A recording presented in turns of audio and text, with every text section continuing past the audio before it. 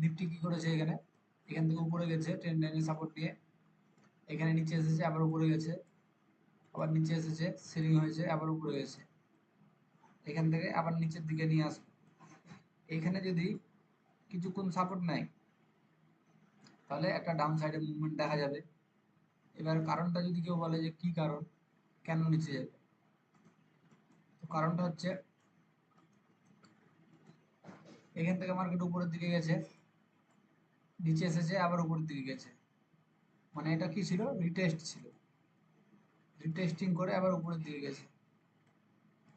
Market এখানে কোথায় আছে, আগের দিনের ক্লোজিং এর কাছে এখানে রেজিস্ট্যান্স নিচ্ছে।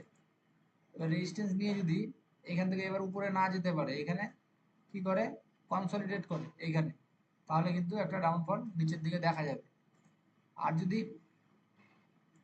এইখান থেকে এইভাবে যায়, মানে এখানে টাইম না স্পেন্ড করে, তাহলে একটা উপরের দিকে র্যালি দেখা যেতে পারে। কারণ এখান থেকে সেলিং হয়েছে, এখান থেকে সেলিং হয়েছে, সেল করেছে রিটেলাররা, তো এখান থেকে একটা আপ মুভ দেখা যেতে পারে। আর যদি এখানে কিছুক্ষণ সময় কাটিয়ে দেয় তাহলে কিন্তু নিচের দিকে চলে আসতে পারে।